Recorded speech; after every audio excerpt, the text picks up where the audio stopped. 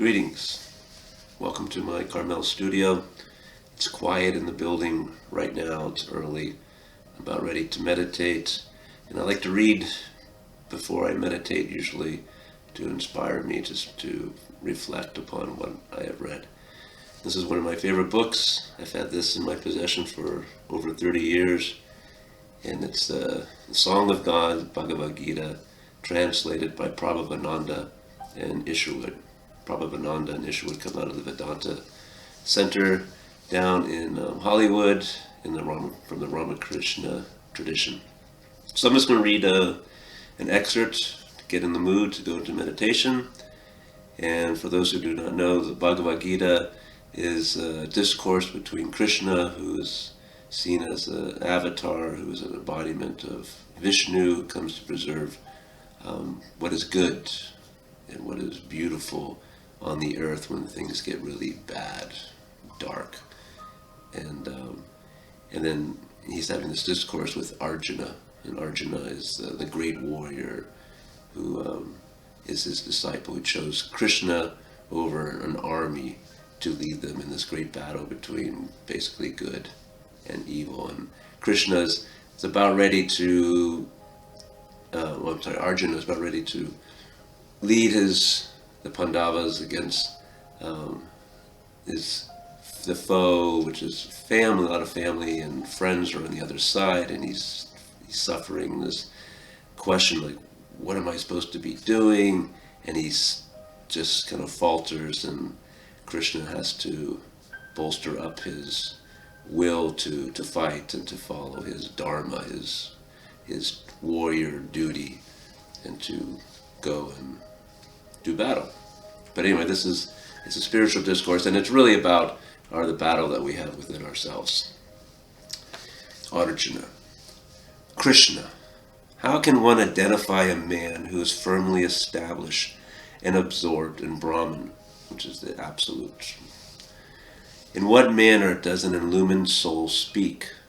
How does he sit? How does he walk? Krishna. He knows bliss in the Atman and wants nothing else. Cravings torment the heart. He renounces cravings. I call him illumined. Not shaken by adversity, not hankering after happiness, free from fear, free from anger, free from the things of desire. I call him a seer and illumined. The bonds of his flesh are broken. He is lucky and does not rejoice. He is unlucky and does not weep. I call him illumined. The tortoise can draw in its legs. The seer can draw in his senses. I call him illumined. The abstinent run away from what they desire, but carry their desires with them. When a man enters reality, he leaves his desires behind him. Even a mind that knows the path can be dragged from the path. The senses are so unruly, but he controls the senses and recollects the mind and fixes it on me. I call him illumined. Thinking about sense objects will attach you to sense objects. Grow attached and you become addicted.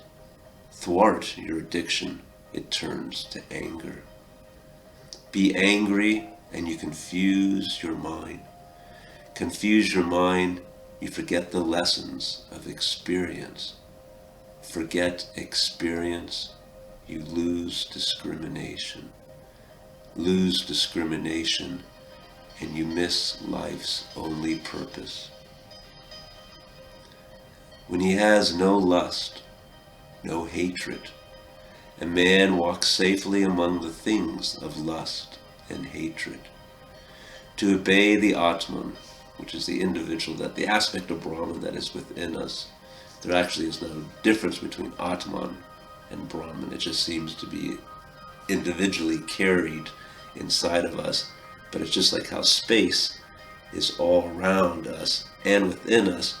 Space doesn't move, we move through space. So the Atman is seemingly a separate entity from the absolute Brahman. To obey the Atman is his peaceful joy. Sorrow melts into that clear peace. His quiet mind is soon established in peace. The uncontrolled mind does not guess that the Atman is present. How can it meditate? Without meditation, where is peace? Without peace, where is happiness? The wind turns the ship from its course upon the waters. The wandering winds of the senses cast man's mind adrift and turn his better judgment from its course. When a man can still the senses, I call him illumined. The recollected mind is awake in the knowledge of the Atman, which is dark night to the ignorant. The ignorant are awake in their sense life, which they think is daylight. To the seer, it is darkness. Water flows continually into the ocean, but the ocean is never disturbed. Desire flows into the mind of the seer, but he is never disturbed. The seer knows peace. The man who stirs up his own lusts can never know peace. He knows peace who has forgotten desire. He lives without craving, free from ego, free from pride. This is the state of enlightenment in Brahman. A man does not fall back from it into delusion. Even at the moment of death, he is alive in that enlightenment. Brahman and he are one. So this is a good way to go into meditation, of being still. I like to pretend I'm a statue at times and just allow things to come and go, whether it's pleasurable or unpleasurable. And in meditation, it's really important to allow thoughts to come, whether wonderful thoughts or unhappy thoughts. Those thoughts that just I don't want to share with anybody. They're just dark thoughts, and it's just allowing all of it to just pass them through, not going for something that you really want, and not trying to avoid something you don't want. Finding that middle place, and when you find that middle place, you have peace, you have equanimity. When your mind gets really excited about something, even something wonderful, it causes waves on the waters. So if you're a statue, if you're not pulled after something and running away from something, you have that stillness, and you can reflect, as they say, fully the moon instead of having distortions of the moon in the waters of the mind. So that's about it. I'll be doing more of these. I hope you like them. Please leave comments, questions, your own viewpoints. It would be great to see. And if you like this, please like and subscribe. I have many other videos.